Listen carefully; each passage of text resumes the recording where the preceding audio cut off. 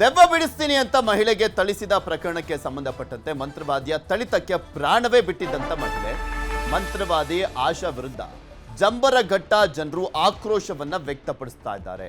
ದೆವ್ವ ಬಿಡಿಸ್ತೀನಿ ಅಂತ ಹಲ್ಲೆ ಮಾಡಿ ಒಬ್ಬ ಮಹಿಳೆಯ ಪ್ರಾಣವನ್ನೇ ತೆಗೆದಿದ್ಲು.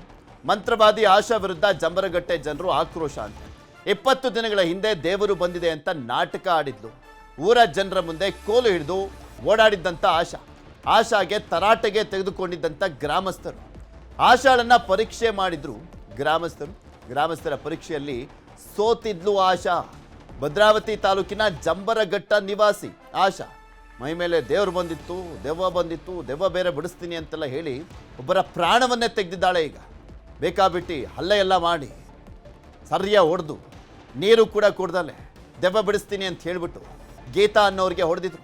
ಅದಾದಮೇಲೆ ಆಶಾ ಹೊಡೆತದಿಂದ ಅಸ್ವಸ್ಥರಾಗಿ ಗೀತಾ ಅವರು ಸಾವನ್ನಪ್ಪಿದ್ರು. ಮಂತ್ರವಾದಿ ಗೀತಾ ವಿರುದ್ಧ ಗ್ರಾಮಸ್ಥರು ಆಕ್ರೋಶವನ್ನ ವ್ಯಕ್ತಪಡಿಸಿದ್ದಾರೆ. ಆಕೆಯನ್ನು ಇನ್ನೂ ಯಾಕೆ ಬಿಟ್ಟಿದ್ದಾರೆ? ಬಿಕಾಸ್ ಹಲ್ಲೆ ಮಾಡಿದ್ದಲ್ಲ. ಪೊಲೀಸರು ಯಾಕೆ ಇನ್ನೂ ಪ್ರಕರಣ ದಾಖಲು ಮಾಡ್ಕೊಂಡಿಲ್ಲ? ಯಾಕಂದರೆ ಒಂದು ಸಾವಾಗಿದೆ ನಿನ್ನೆ. ಏಕೆಯ ಹಲ್ಲೆಯಿಂದಾಗಿ ಸರಿಯಾಗಿ ಹೊಡೆದಿದ್ದಾರೆ. ಅದಕ್ಕೆ ವಿಡಿಯೋ ಸಾಕ್ಷಿ ಬೇರೆ ಇದೆ. ಆದರೂ ಕೂಡ ಪೊಲೀಸರು ಕ್ರಮ ಕೈಗೊಂಡಿಲ್ಲ. ಈಗ ಇವ್ರ ಇಬ್ಬರ ಮೇಲೆ ಇವತ್ತಿಂದ ಇವ್ರು ಚೌಡೋ ಮಟ್ಟಕ್ಕೆ ಆಗ್ಲಿ ದೇವಸ್ಥಾನಕ್ಕೆ ಆಗ್ಲಿ ಹೋಗಲ್ಲ. ಇವತ್ತಿಂದ ಬಂದ್ ಮಾಡಿಸ್ತೀವಿ ನಾವು. ಇವತ್ತಿಂದ ಬಂದ್ ಮಾಡಿಸ್ತೀವಿ. ಈಗ ನಿನ್ ಮೇಲೆ ದೇವ್ರು ಅಂತಂದು ಪ್ರೂಫ್ ಆತು ಅಂತ ಅಂದ್ರೆ ಇವತ್ತು ಅವತ್ತು ಮೈ ಮೇಲೆ ಬಿಡಿಸ್ತೀವಿ ಅಂದ್ರೆ ಇವತ್ತೇ ಲಾಸ್ಟ್. ನಿನ್ ಮೇಲೆ ದೇವ್ರು ಅಂತಂದು ಪ್ರೂಫ್ ಅನ್ನೋ ಕಂಡು ಬಂತು ಅಂದ್ರೆ ನಮಗೆ ಇಲ್ಲಿ ಒಂದು ಕೂತಪ್ನೆ ಗುರು ಏನೋ ಕೇಳ್ತೀವಿ. ಅದು ಯಾರು ಮಾತಾಡ್ಕೋ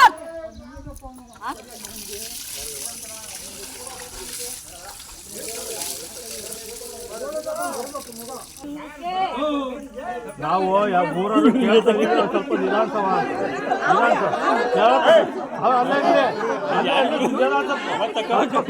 ಕರೀರಿ ಹೇಳವ. ಈಗ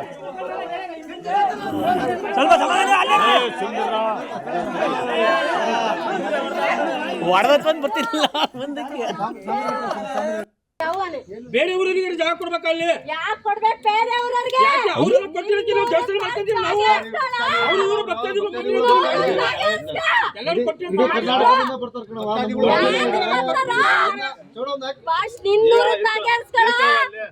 ಈಗ ಇವ್ರ ಇಬ್ಬರ ಮೇಲೆ ಇವತ್ತಿಂದ ಇವ್ರು ಚೌಡೋ ಮಟ್ಟಕ್ಕೆ ಆಗ್ಲಿ ದೇವಸ್ಥಾನಕ್ಕೆ ಆಗ್ಲಿ ಹೋಗಲ್ಲ. ಇವತ್ತಿಂದ ಬಂದ್ ಮಾಡಿಸ್ತೀವಿ ನಾವು. ಇವತ್ತಿಂದ ಬಂದ್ ಮಾಡಿಸ್ತೀವಿ. ಈಗ ನಿನ್ ಮೇಲೆ ದೇವ್ರು ಅಂತಂದು ಪ್ರೂಫ್ ಆತು ಅಂತ ಅಂದ್ರೆ ಇವತ್ತು ಅವತ್ತು ಮೈ ಮೇಲೆ ಬಿಡಿಸ್ತೀವಿ ಅಂದ್ರೆ ಇವತ್ತೇ ಲಾಸ್ಟ್. ನಿನ್ ಮೇಲೆ ದೇವ್ರು ಅಂತಂದು ಪ್ರೂಫ್ ಅನ್ನೋ ಕಂಡು ಬಂತು ಅಂದ್ರೆ ನಮಗೆ ಇಲ್ಲಿ ಒಂದು ಕೂತಪ್ನೆ ಗುರು ಏನೋ ಕೇಳ್ತೀವಿ. ಅದು ಪ್ರೂಫ್ ಮಾಡಿ ತೋರ್ಸು. ಇವತ್ತಿಂದ ಒಂದು ಲಕ್ಷ ಆಗಲಿ ಖರ್ಚು ಮಾಡಿ ನಾವು ನಿನ್ ಏನ್ ಮಾಡ್ಬೇಕು ಮಾಡ್ತೀವಿ. ಅದು ಕೂತಪ್ನೆ ತೋರ್ಸು. ಇಲ್ಲ ಇದು ಆಗ್ಬೇಕು ಆಗ್ಬೇಕು. ಸುಮ್ಮನೆ ಚೋಡವನ ಹೆಸರು ಹಾಳಾಗೋದಲ್ಲ. ಚೋಡವನ ಹೆಸರು ಅಲ್ಲಿ ಪೂಜೆ ಮಾಡೋರು ವಾಪಸ್ ಹೋದ್ರು. ವಾಪಸ್ ಹೋದ್ರು ಆಗ್ಬೇಕು. ನಮ್ಮೂರು ಚೋಡವ ಅಂತ ನಾವು ಬಗ್ಗೆ ಇನ್ನಷ್ಟು ಮಾಹಿತಿಯನ್ನು ಕೊಡ್ತಾ ಹೋಗ್ತಾರೆ ನಮ್ಮ ಶಿವಮೊಗ್ಗದ ಪ್ರತಿನಿಧಿ ವಿನಯ್. ನಮ್ಮ ಜೊತೆ ದೂರವಾಣಿ ಸಂಪರ್ಕದಲ್ಲಿ ಜಾಯ್ನ್ ಆಗಿದ್ದಾರೆ. ವಿನಯ್, ದೇವರ ಹೆಸರಲ್ಲಿ ಬಂಡವಾಳ ಮಾಡ್ಕೊಳ್ಳೋಕೆ ಹೊರಟಿದ್ದ ಅಥವಾ ಈಕೆ ಸೈಕೋನ? ಮತ್ತೊಂದು ಕಡೆ ಈಕೆಯ ಹೊಡೆತದಿಂದ ಒಬ್ಬರು ಸಾವನ್ನಪ್ಪಿದ್ರಲ್ಲ, ಪೊಲೀಸರು ಏನು ಕ್ರಮ ಕೈಗೊಂಡಿಲ್ವಾ ಇದುವರೆಗೂ ಈಕೆ ಮೇಲೆ? ಹೌದು ಪೃಥ್ವಿ, ಏನು ಶಿವಮೊಗ್ಗದ ಭದ್ರಾವತಿಯಲ್ಲಿರುವಂತಹ ಏನು ಹೊಳೆಹೊನ್ನೂರು ಸಮೀಪದಲ್ಲಿರುವಂತಹ ಜಂಬರಘಟ್ಟದಲ್ಲಿ ನಿನ್ನೆ ನಡೆದಂತಹ ಏನು ದುರ್ಘಟನೆ ಇದೆ, ಅದಕ್ಕೆ ಸಂಬಂಧಪಟ್ಟಂತೆ ಪ್ರಕರಣವನ್ನ ಗಮನಿಸ್ತಾ ಹೋದ್ರೆ ಕಳೆದ 20 ದಿನಗಳ ಹಿಂದೆಯೇ ಈಕೆ ಏನು ಆಶಾ ಇದ್ದಾಳೆ, ಅಂದ್ರೆ ಆರೋಪಿ ಆಶಾ ಇದ್ದಾಳೆ, ಅವಳು ಹೈಡ್ರಾಮಾವನ್ನ ಸೃಷ್ಟಿ ಮಾಡಿದ್ಲು. ದೇವಸ್ಥಾನದ ಮುಂದೆ ಒಂದು ರೀತಿಯಲ್ಲಿ ದೇವರು ಬಂದವರ ಹಾಗೆ ಮಾತುಗಳನ್ನ ಆಡ್ತಾ ನಾನು ದೇವ್ರು ಬಂದಿದ್ದೆ, ನನ್ನ ಮೇಲೆ ಯಾರು ಬೇರೆ ಬಂದಿರೋ ದೇವರಲ್ಲ, ಅದು ನಾನೇ ದೇವರು ಅಂತ ಹೇಳಿ ಕೆಲವೊಂದು ನಾಟಕಗಳನ್ನ ಮಾಡಿದ್ದು ಈಗ ವಿಡಿಯೋ ವೈರಲ್ ಆಗ್ತಾ ಇದೆ. ಆ ವಿಡಿಯೋನ ನೋಡ್ತಾ ಹೋದ್ರೆ ಆಕೆ ಅಲ್ಲಿ ಒಂದಿಷ್ಟು ಜನರ ಮಧ್ಯೆ ಅಂದ್ರೆ ಊರ್ನವರು ಕೂಡ ಆಕೆಯನ್ನ ಪರೀಕ್ಷೆಯನ್ನ ಮಾಡ್ತಾರೆ. ನೀನ್ ದೇವರೇ ಬಂದಿದ್ದೆ ಆಗಿದ್ರೆ ನೀನು ಅದನ್ನ ಆ ಕೆಲಸ ಮಾಡು ಈ ಕೆಲಸ ಮಾಡು ಅಂತ ಹೇಳಿ ಪರೀಕ್ಷೆ ಮಾಡಿದಾಗ ಅದರಲ್ಲಿ ಸೋತಿರ್ತಾಳೆ. ಅದಾದ ಬಳಿಕ ಗ್ರಾಮಸ್ಥರು ಆ ದೇವಸ್ಥಾನಕ್ಕೆ ನೀವು ದೇವರು ಬಂದವರು ಯಾರು ಕೂಡ ಗ್ರಾಮಸ್ಥರು ದೇವಸ್ಥಾನದ ಒಳಗೆ ಬರಬಾರ್ದು ಅನ್ನೋ ಒಂದು ಮಾತನ್ನ ಆಡಿ ಅವರಿಗೆ ನಿಷೇಧವನ್ನು ಕೂಡ ಹೇರಿ ಅವರ ಮನೆಗಳಿಗೆ ಕಳಿಸ್ಕೊಳ್ಳಾಗಿರುತ್ತೆ. ಅದಾದ ಬೆನ್ನಲ್ಲೇ 20 ದಿನಗಳ ನಂತರ ಈ ಪ್ರಕರಣ ಅಂದ್ರೆ ಏನು ಗೀತಮ್ಮ ಇದ್ದಾಳೆ, ಗೀತಮ್ಮನ ಹಲ್ಲೆ ಪ್ರಕರಣ ಬೆಳಕಿಗೆ ಬಂದಿರೋದು. ಅದಾದ ನಂತರ ಗೀತಮ್ಮಗೂ ಕೂಡ ತಡಿಸಿರುವಂತ ಘಟನೆ ವಿಡಿಯೋ ಕೂಡ ವೈರಲ್ ಆಗಿ ಈಗ ನಂತರ ಪೊಲೀಸರು ಈಗ 3 ಈಗ ಬಂಧನ ಮಾಡಿರುವಂತದ್ದು.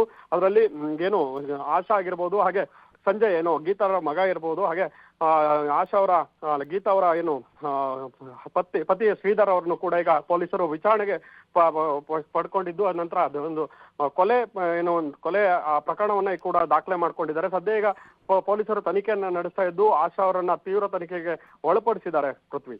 ಓಕೆ, ಧನ್ಯವಾದ ವಿನಯ್ ನಿಮ್ಮೆಲ್ಲ ಮಾಹಿತಿಗಾಗಿ.